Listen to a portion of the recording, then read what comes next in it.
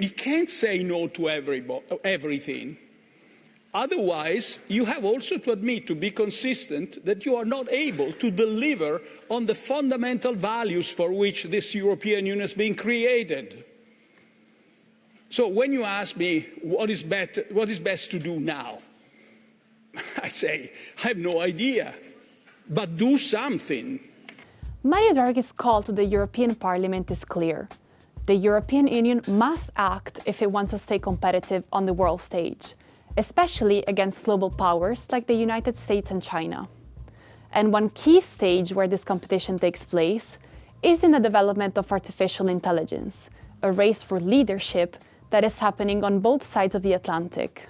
In the words of J.D. Vance at the AI Summit, this administration will ensure that American AI technology continues to be the gold standard worldwide, and we are the partner of choice for others, foreign countries, and certainly businesses as they expand their own use of AI.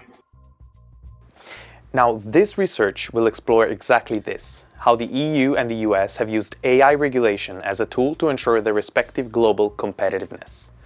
It looks at their different approaches and what those differences could mean for their future. What does AI competitiveness mean in the EU and the US? AI competitiveness in the EU has two dimensions. On one side, it refers to closing the innovation gap between the EU and other geopolitical powers. According to Draghi, competitiveness entails encouraging innovative startups to scale up by removing regulatory hurdles in line with fundamental rights and principles. On the other side, it refers to a workable and robust regulatory framework that creates a positive and competitive environment for EU AI companies to innovate. Competitiveness and turning Europe into a leading AI continent are also addressed in the AI Continent Action Plan published by the Commission in April. To advance competitiveness, the Commission proposes as part of the Action Plan reinforcing EU's computing infrastructure and concrete assistance to the development of AI in the Union, such as in the form of research investments. AI competitiveness in the US is mostly based on achieving global AI dominance.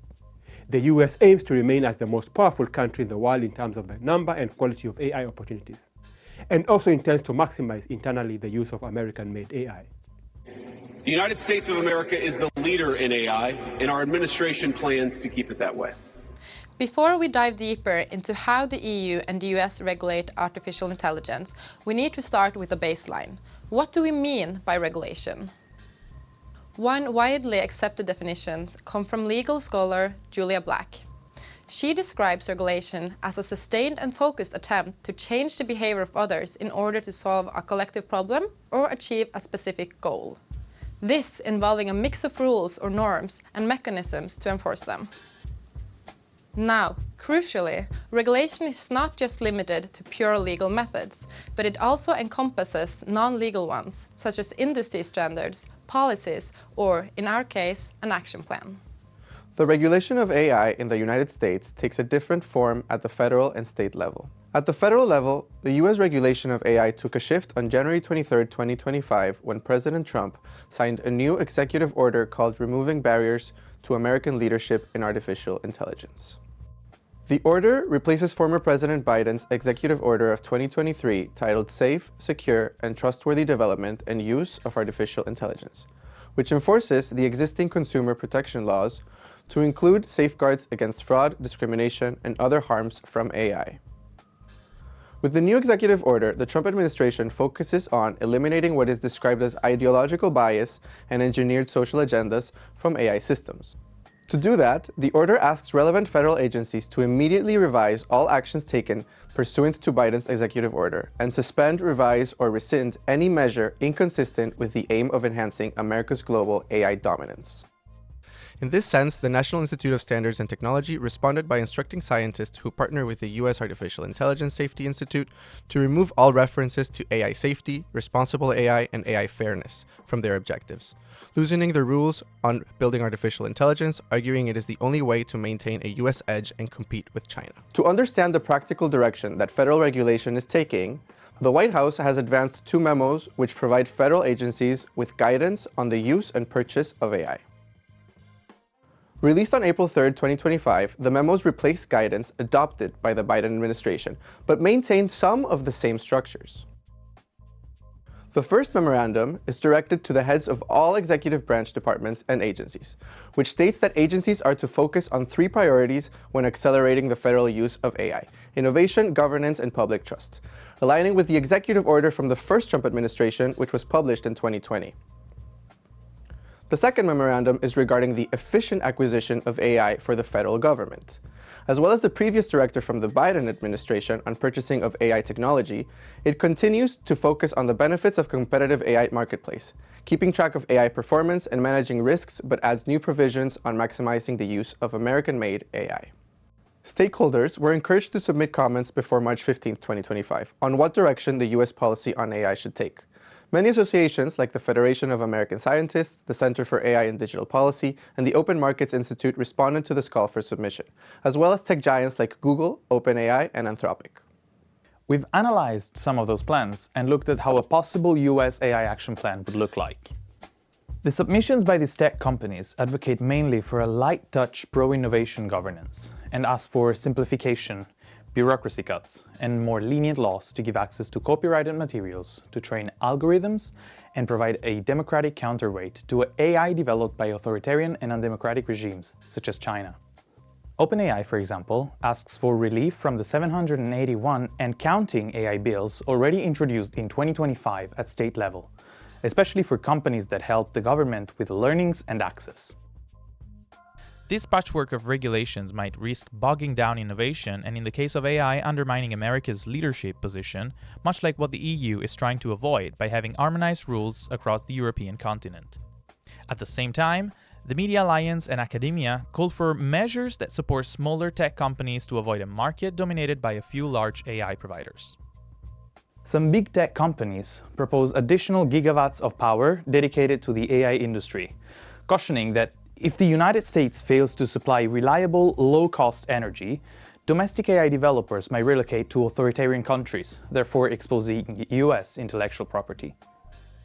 Google specifically wants more federal support for AI research and development, access to anonymized public data for training, and streamlined government procurement of AI tools. A call, this last one, shared by both other tech giants like Anthropic and OpenAI. Google also highlights problems in the US patent system, where about 40% of patents are granted by mistake, and calls for better staffing and review processes. Their call for access to copyrighted materials for AI training, again, is also shared by OpenAI. Liability? Google says yes, but only for those with real control over the system, not the developers. And the Communication and Computer Industry Association seems to agree with Google that developers are not necessarily the most well-suited actors to limit abuses at the end-user level. Now, coming to policy, Google asks that regulation only apply to high-risk AI and only where demonstrably necessary. Instead of sweeping rules, both Google and OpenAI favor sector-specific standards and strongly reject EU-style transparency mandates, which they say risk stifling innovation and exposing trade secrets. Now, their position mirrors exactly the position of the Trump administration. The U.S. innovators of all sizes already know what it's like to deal with onerous international rules. Many of our most productive tech companies are forced to deal with the EU's Digital Services Act and the massive regulations it created. For smaller firms, navigating the GDPR means paying endless legal compliance costs or otherwise risking massive fines. Now, for some, the easiest way to avoid the dilemma has been to simply block EU users in the first place. Is this really the future that we want, ladies and gentlemen? I think the answer for all of us should be no. There is a general push for AI regulation at the state level. Although efforts towards comprehensive AI laws by various states have not been successful, this push signals dissonance with the federal government's position on loosening rules on building artificial intelligence. In our analysis at state level, we will focus on California, Colorado, and Florida as case studies. In California, they have some of the most comprehensive AI regulations in the United States. However, there is not one comprehensive AI law, but California's approach is rather piecemeal, a patchwork if you'd like. It is still more developed than many other US states. One example is the Assembly Bill 2013, also known as the Data Transparency Act. This will be effective from January 2026 and govern generative AI. This mandates developers of generative AI systems to publish a high-level summary of the datasets used to develop and train generative AI systems. However, one more comprehensive bill, Senate Bill 1047, fell through. Given California's lead in the global tech sectors, this bill was commented as likely to set a de facto national standard. At the same time, this bill is interesting as it was recognized of carrying similarities to the EU AI Act. Compared to the EU AI Act, however, its risk-based model is narrower and focused primarily on generative AI and large-scale models. Governor Gavin Newsom vetoed the bill for several reasons. First, he feared it would hamper innovation and California's lead in AI, specifying that a great amount of the state's tax revenue comes from its tech industry. Second, in his letter to the members of California's State Senate, he mentioned the adaptability of regulating AI as crucial. If a bill were only to focus on the most expensive and large-scale models, it would lead to the emergence of equally dangerous but smaller and potentially more specialized models without adequate protection, all at the cost of curtailing innovation. Governor Newsom has also called for regulation of AI at the federal level. In early 2024, the state of Colorado enacted the Colorado Artificial Intelligence Bill. This is the first comprehensive AI law in the United States. The law adopts a risk-based approach to AI similar to the EU AI Act. It targets both developers and deployers of AI with stricter rules for high-risk AI systems. This should take effect on February 1, 2026. Among other issues, it aims to deal with the risks of algorithmic discrimination in areas such as housing, education, and employment. Therefore, it is anchored on civil rights and consumer protection principles. Upon the signing of the bill by the governor, two actions tried to amend this bill without success. First, tech companies opposed its complex compliance structure and its too broad definitions. This led to the start of stakeholder engagement efforts. However, these efforts did not reach consensus. Second, lawmakers introduced a bill to make changes to the Act under the argument that the Act risked lowering the state's appeal to startups and tech businesses that bring higher-paying jobs. However, the amendment bill was voted down. Since there isn't time for another amendment measure to be drafted, introduced and debated this year, this means that it's possible that this law will take effect in February 2026 as is. In this environment, the governor has raised concern about the law's patchwork effect, urging federal action to provide a more uniform AI regulatory framework nationwide. The state of Florida appears to be taking a vertical approach to AI regulation. Bills have been introduced attacking the use of generative AI in political advertising and political campaigns, specifically regarding the spread of deepfakes and fake news. However, the most comprehensive bill fell through. Bill SB 850 would require a disclaimer of the use of AI in any images, video, audio, text, and other digital content used in ads. Bill HB 919, which was on the other hand passed, only covers advertisement that falls under deception of a real person performing an action that did not actually occur, and content that was created with intent to injure a candidate or to deceive regarding a ballot issue. So, a much smaller scope and object. Also for these, a disclaimer must be added. In the absence of congressional action, Colorado's law may help to set the tone for predictive artificial intelligence regulation across the USA. Some legal commentators observe that Colorado's law may influence other states' pending legislation. However, similar AI laws in other states have not seen the light of day. Connecticut's bill, the source of inspiration for Colorado's AI bill, stalled last year after the governor said he'd veto it. In March, Virginia's governor vetoed the state's AI bill, which was also similar to Colorado's. Maybe time is ripe for federal action to provide a more uniform AI regulatory framework nationwide, as both the governors of Colorado and California suggest. To sum up, regulation addressing generative AI is quite different from state to state, and lobbying has a great influence on the legislation that do get passed. In our analysis, we have seen this both in California and Florida. How the 781 and counting proposed bills this year will affect AI governance in the United States is yet to be seen. Perhaps they will end up with a patchwork that the EU is trying to avoid. In April of this year, the US government's mission to the EU has also reached out to the European Commission to push back against European AI regulation. The letter, seen by MLEX, went as far as requesting that the EU pauses implementation of the AI Act.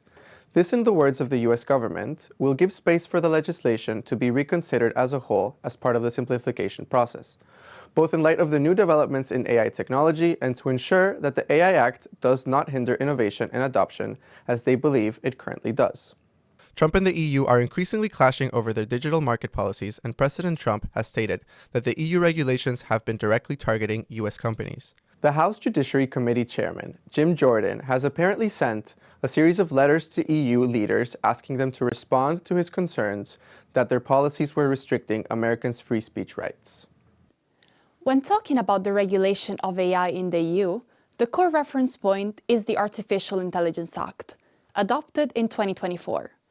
The AI Act lays down harmonized rules on artificial intelligence across European member states, and this is the first ever comprehensive legal instrument to regulate AI in the world.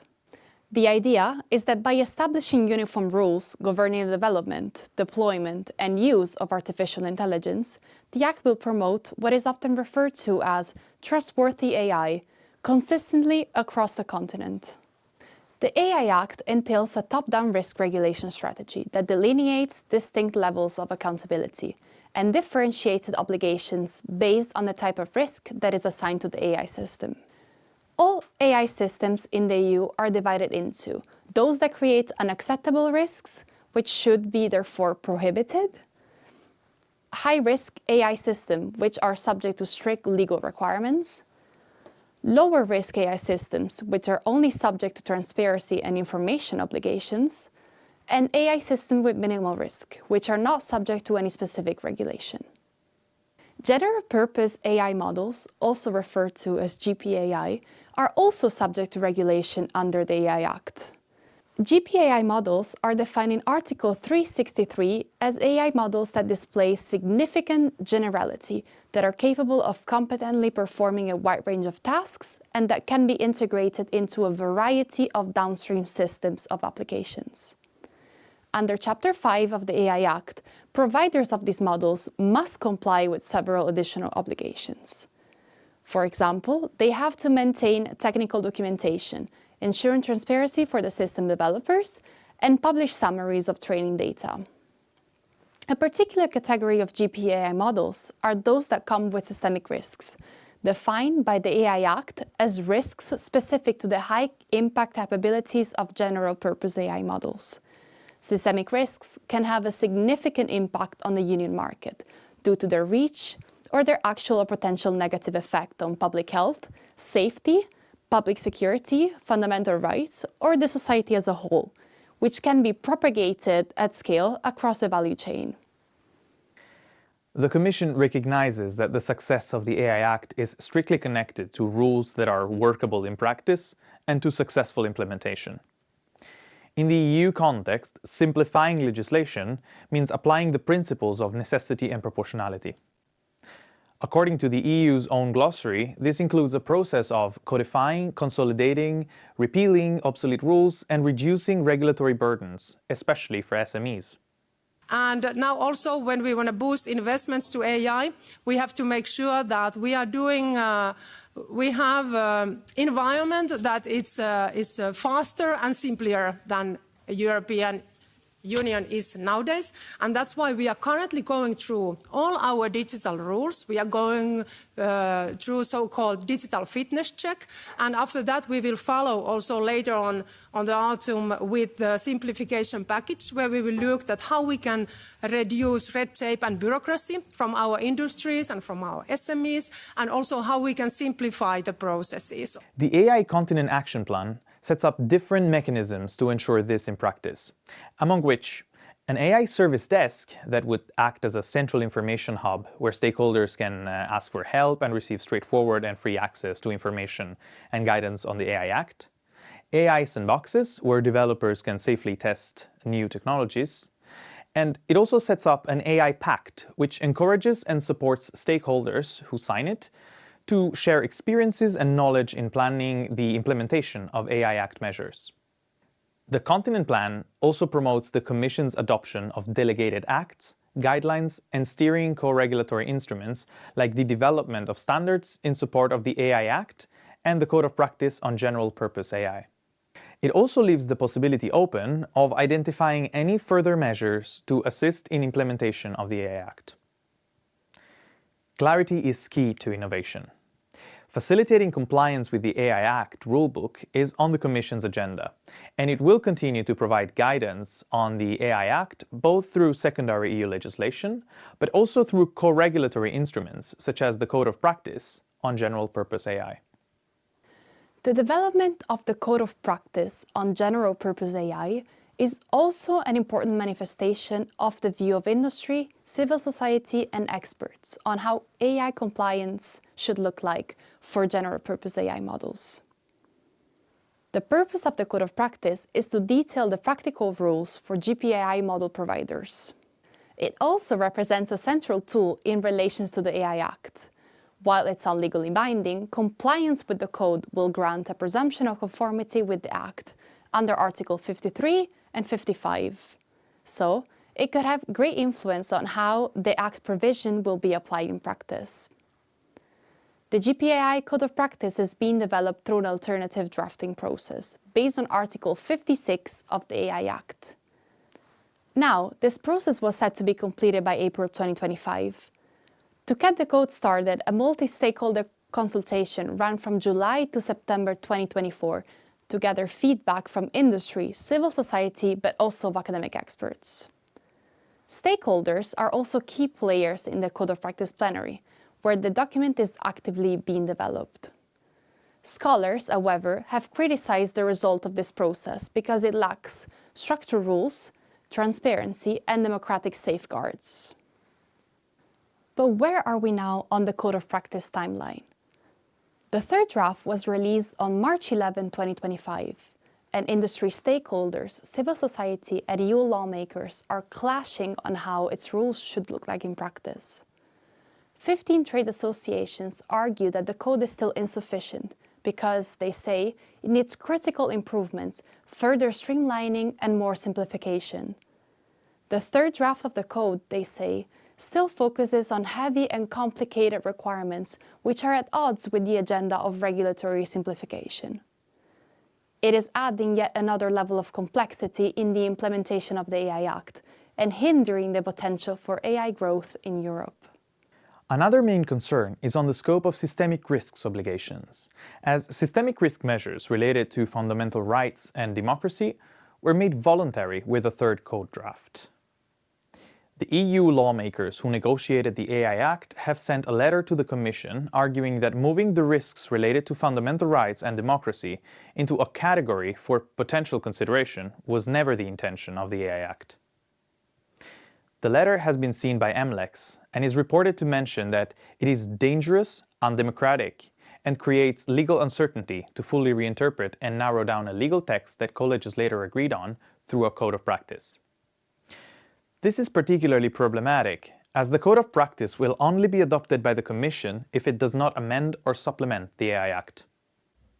So, what can we say about AI regulation in the EU and the US? Discourse on AI is very closely tied to regulation and competitiveness, where competitiveness is often raised as an argument against regulation. However, in some cases there cannot be comprehensive regulation without policies that allow for a competitive base to form. The European Union exists to ensure that Europe's fundamental values are always upheld: democracy, freedom, peace, equity, and prosperity in a sustainable environment. If Europe cannot any longer deliver these values for its people, it will have lost its reason for being. In the European context, for example, EU competitiveness is a prerequisite for the provision and protection of fundamental rights. There have been talks on EU deregulation and US deregulation. Does this actually reflect the current picture? In the EU, AI regulation takes both the form of command and control and co-regulation. We have seen that in practice, on one hand with the risk-based regulatory mechanisms prescribed top-down by the EU legislator, and on the other, in the development of the GPAI Code of Practice, whose drafting is mostly based on the view of industry, stakeholders, and civil society. Predominantly in the EU, we see a trend towards simplification of legislation. Simplification and facilitating compliance represent two of the main trends that we can read in policy documents, which will foreseeably shape the direction of the Commission work during this new term. And your findings will continue, of course, to inspire our work for the next months and years to come. We cannot talk about deregulation. Competitiveness fits into this picture in two dimensions. First, it is driving the calls for facilitating compliance and simplification of the AI Act obligations.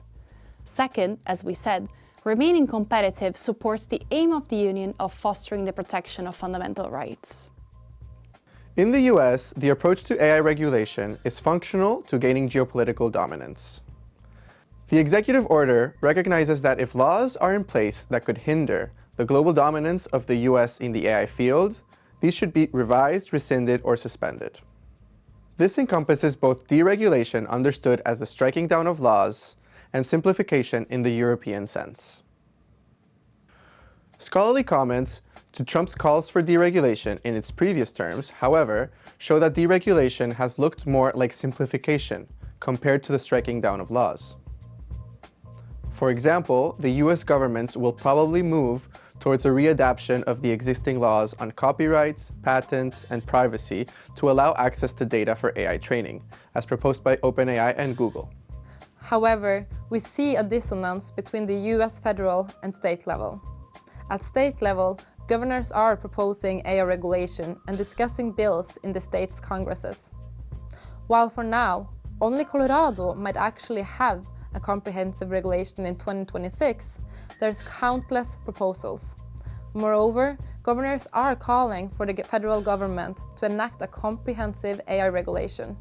This to avoid creating legal and competitiveness burden to companies which will have to deal with a patchwork to operate across different US states. Although competitiveness and regulation are at times perceived as opposites, they do interact with each other in more nuanced and complex ways.